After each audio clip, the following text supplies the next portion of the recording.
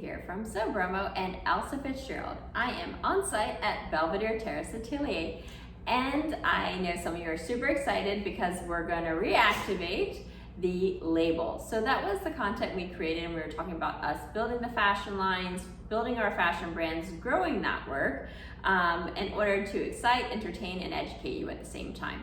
So I am wearing a vintage piece courtesy of Nicole and our lovely friend Andrew, and it really reminds me as to the beauty of these delicate pieces that are made with lace.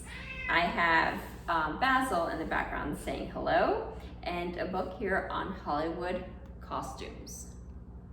And so what I quite like about this is there's so much storytelling that is in the fashion work here, and I will show you some images, but I think quite often, especially in the mass production of goods, there's a sort of disconnect between the actual garment that you're creating, and you're looking primarily as to how quickly you can make it and how much money you can make from that.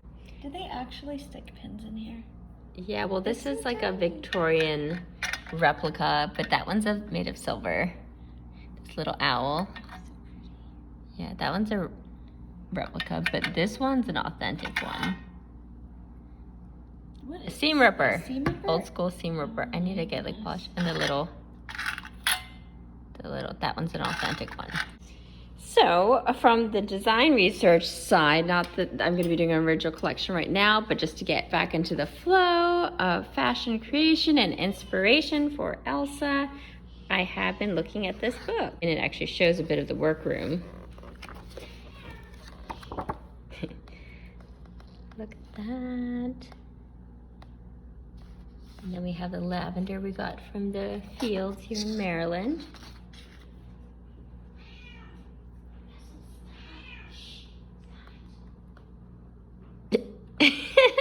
Basil doesn't know what it means to be quiet.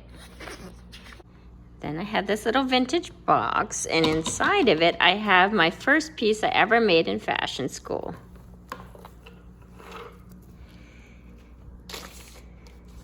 And this I actually learned how to knit, crochet, weave, and then we had to put it all together into a finished piece. And this was from 2006. And I still use it today, although it could use a zipper. And it's primarily hand sewn, and not that I'm encouraging you to do it that way, but it just helped to figure out what my color palette is. And if you looked at my outfit today, it still has a lot of original inspiration from that. And then also, we have some other books that are not, I think you've probably heard Nicole talking about that, where you're not wanting to just look at fashion as a reference. You can look at art, you can look at architecture, you can look at history.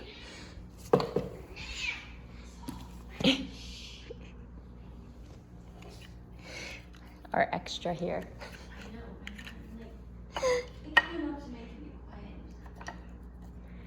So there you can see the collection I end up making, Elsa Fitzgerald, which has so much color reference to my original design work.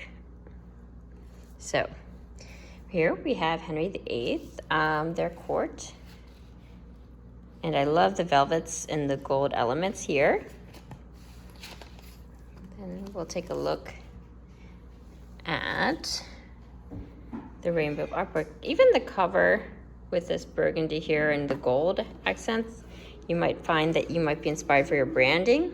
I mean, if you look here, you can see some references to that color combination.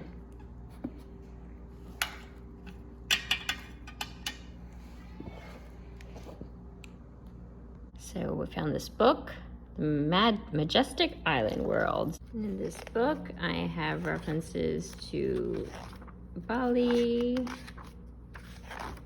where I set up the fashion house, originally Elsa Fitzgerald. And we'll be visiting there in August. So you kind of have to trust the research journey, even if it starts from spaces that are not in fashion. Then you have the fun part of looking at fabrics. So these are some of the laces I've been working with for the Painting with Lace dresses. and you'll see some of those. But those are really meant for exhibition pieces, but they will guide some of the inspiration for future collection work. Then I have this piano shawl that I was able to find at a vintage shop.